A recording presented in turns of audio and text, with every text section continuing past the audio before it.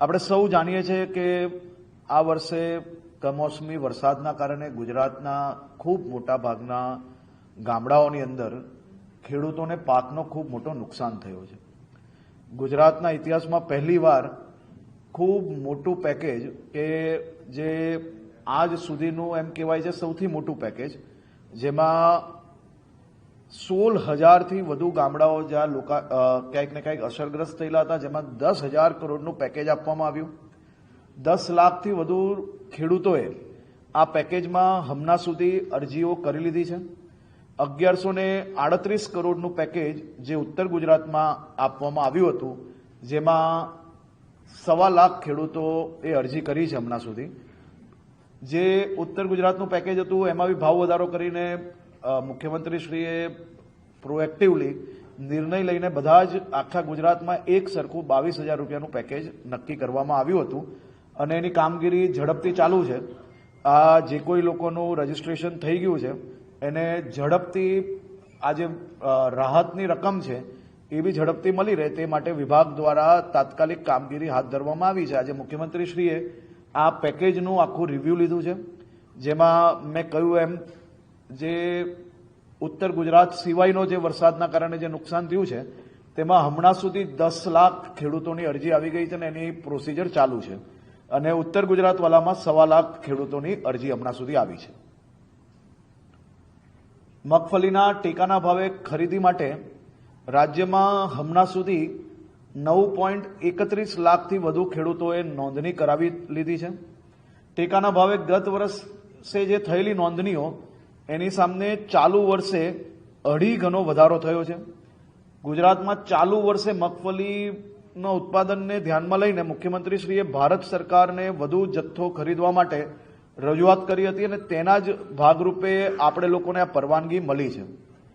આ રજૂઆતના પગલે 15,000 કરોડની મગફળીનો જથ્થો ખરીદવા માટે આપેલી મંજૂરીને ધ્યાને લઈ પ્રતિ ખેડૂત 125 મણ મગફળી ખરીદવાનો ઉદારતમ નિર્ણય કર્યો છે.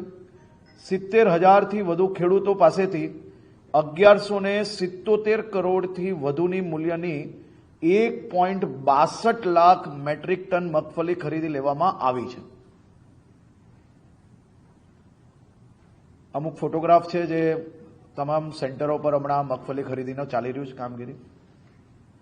આદિજાતિ વિસ્તારમાં દેશભરમાં આ પહેલીવાર જે આદિજાતિ વિસ્તારના છેવાડાના ગામડાઓ છે એના વિદ્યાર્થીઓ માટે, જે વિદ્યાર્થીઓ ગામથી શહેરો સુધી કે એમની સ્કૂલ કોલેજો સુધી જઈ શકે અને વચ્ચેથી કોઈ બી ડ્રોપ ઓફ ના આવે તે માટે પહેલીવાર આ ખૂબ મોટો પ્રયાસ દેશભરમાં ગુજરાત રાજ્ય દ્વારા ચાલુ કરવામાં આવ્યો છે. ખાસ કરીને બોર્ડર વિલેજમાં જીએસઆરટીસી અને ટ્રાઇબલ વિભાગે સાથે મળીને 250 નવી બસ 87 કરોડના ખર્ચે ચાલુ કરવામાં આવી છે. 14 જિલ્લાઓમાં 15,000થી વધારે વિદ્યાર્થીઓને આનો લાભ મળશે અને આ જ યોજનાને આપણે ભવિષ્યની અંદર હજી વધુ છેવાડાના જે ગામડાઓ છે, બોર્ડર વિલેજીસ છે, એની અંદર લઈ જવાનો પ્રયાસ કરી રહ્યા છે. ખાસ કરીને બિરસા મુંડા એક્સપ્રેસ આ સેવાનું નામ આપ્યું છે અને આદિજાતિ વિસ્તારની અંદર વધુમાં વધુ આને આવનારા દિવસોમાં લાગુ પડશે. રવિ સિઝનમાં ખેડૂતોને પિયત માટે 10 કલાક વીજ પુરવઠો આપવામાં આવશે. રાજ્યમાં રવિ સિઝનમાં થતા જીરાના વાવેતર વિસ્તારોમાં સિંચાઈની પૂરતી સુવિધા પૂરી પાડવા જનપ્રતિનિધિઓ દ્વારા આદરણીય મુખ્યમંત્રીશ્રીને જે ભલામણ આવેલી તેમાં ખેડૂતો તરફી મળેલી રજૂઆતોને હકારાત્મક વાચા આપતો મહત્વપૂર્ણ નિર્ણય રાજ્ય સરકાર દ્વારા લેવામાં આવ્યો છે.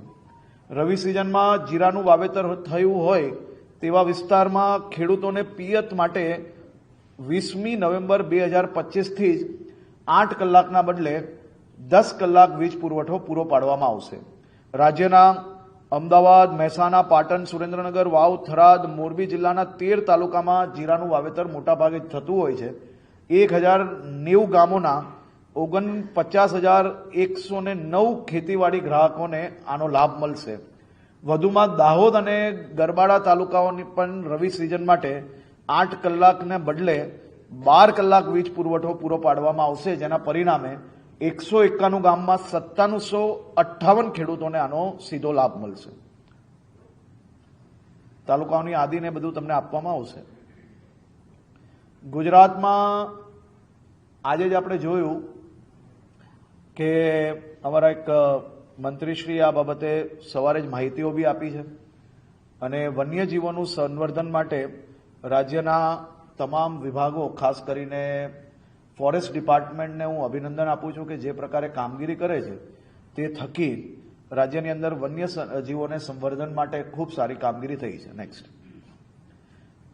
પ્રભારી વિસ્તારમાં આજે મુખ્યમંત્રીશ્રીએ ફરી એકવાર સૌ પ્રભારી મંત્રીશ્રીઓને આ અઠવાડિયાના એમના પ્રવાસ દરમિયાન રોડોની મરામત માટેની કામગીરી ક્યાં પહોંચી અને રોડો પર જે ખાડા કે જે રોડ તાત્કાલિક રિપેરિંગની જરૂરત હતી તેની કેટલી કામગીરી પૂર્ણ થઈ છે અને કેટલી કામગીરી એ ઝડપથી નવા ટેન્ડરોના બાદ ચાલુ થઈ શકે તેનું તાત્કાલિક નિરીક્ષણ માટે સૂચના આપી છે. અને તમામ મંત્રીશ્રીઓને એ બી સૂચના આપવામાં આવી છે કે કોઈક નવો રોડ બનાવવામાં આવ્યો હોય અને એ નવા રોડ પર જો નુકસાન થયું હોય તો એની ઉપર કાયદાકીય પગલાં પોતપોતાના વિસ્તારમાં કઈ રીતે ભરાઈ શકે તે માટે વહીવટીતંત્ર જોડે સંકલન કરીને આની ઉપર કામગીરી કરવી. કેબિનેટમાં આજે અનેક યોજનાઓનો અહેવાલ આદરણીય મુખ્યમંત્રી શ્રી દ્વારા લેવામાં આવ્યો છે. ખાસ કરીને આયુષ્માન ભારત પ્રધાનમંત્રી જન આરોગ્ય યોજના હેઠળ આયુષ્માન કાર્ડની પ્રગતિ અને આ મહિનાની અંદર કેટલા લોકોને એનો લાભ મળ્યો તે બાબતે મુખ્યમંત્રીશ્રીએ વિભાગ દ્વારા જે કંઈ તૈયારીઓ છે અને કઈ રીતની કામગીરી આ મહિનામાં કરી છે તેની માહિતી લીધી. ગત ઓક્ટોબર માસમાં 1,37,370 નવા આયુષ્માન કાર્ડ ઇસ્યુ કરવામાં આવેલ છે. ગત ઓક્ટોબર માસમાં 92,000 ગુજરાતના નાગરિકોને જે નાની મોટી બીમારી આવી હોય તો તેમાં રાજ્ય સરકાર અને કેન્દ્ર સરકાર દ્વારા અંદાજિત 315 કરોડ રૂપિયાની મદદ કરવામાં આવી છે.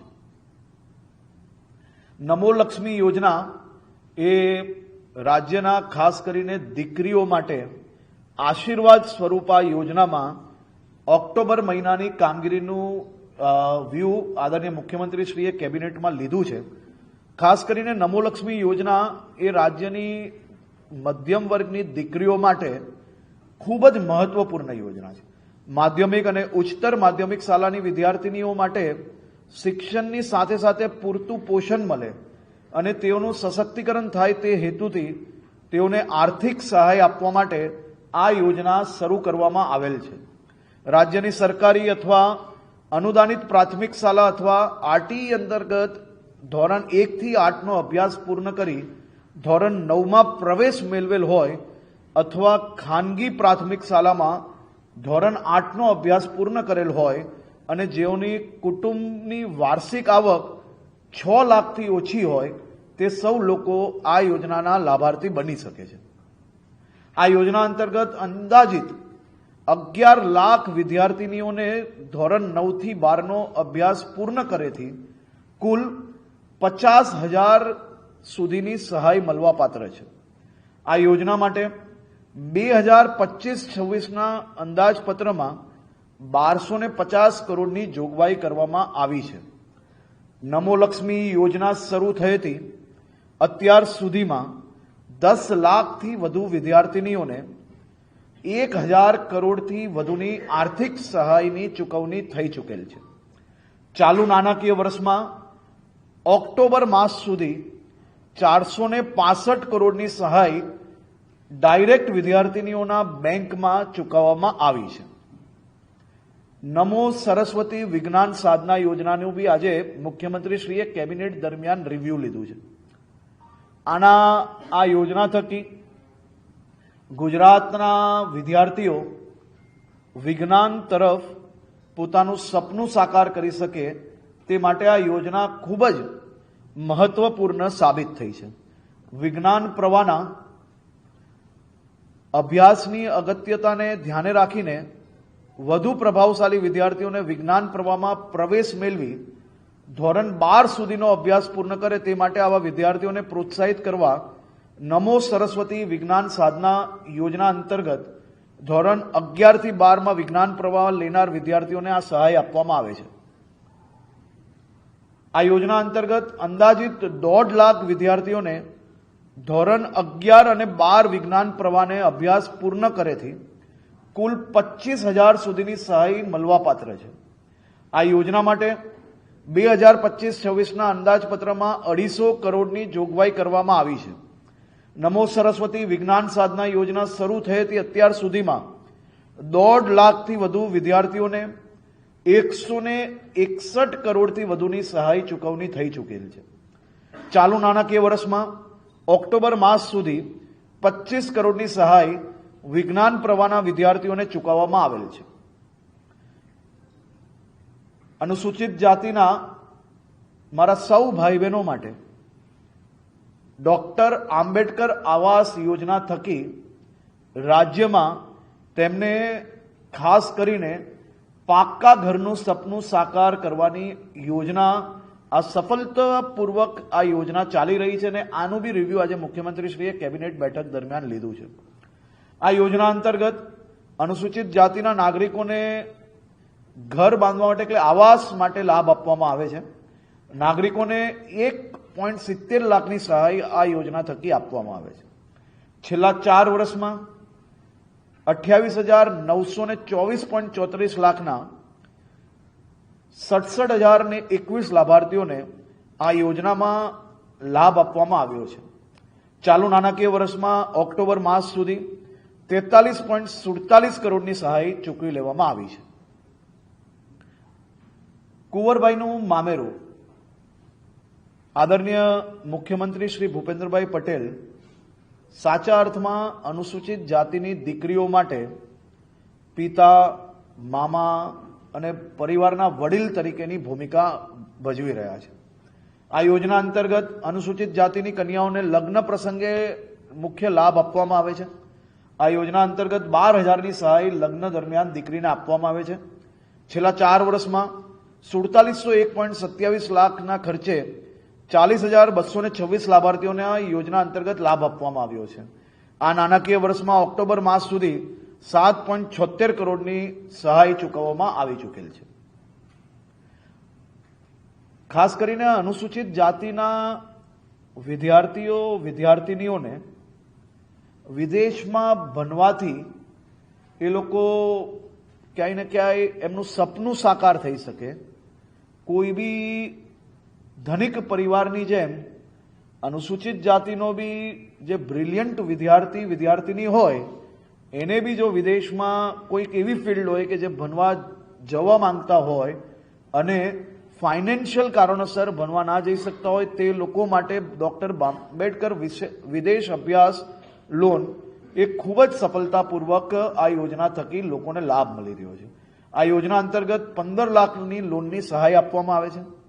છેલ્લા 4 વર્ષમાં 410 કરોડના ખર્ચે 2733 લાભાર્થીઓને આ યોજના અંતર્ગત લાભ આપવામાં આવ્યો છે. ચાલુ નાણાકીય વર્ષમાં ઓક્ટોબર માસ સુધી 47.81 કરોડની સહાય ચૂકવી લેવામાં આવેલ છે.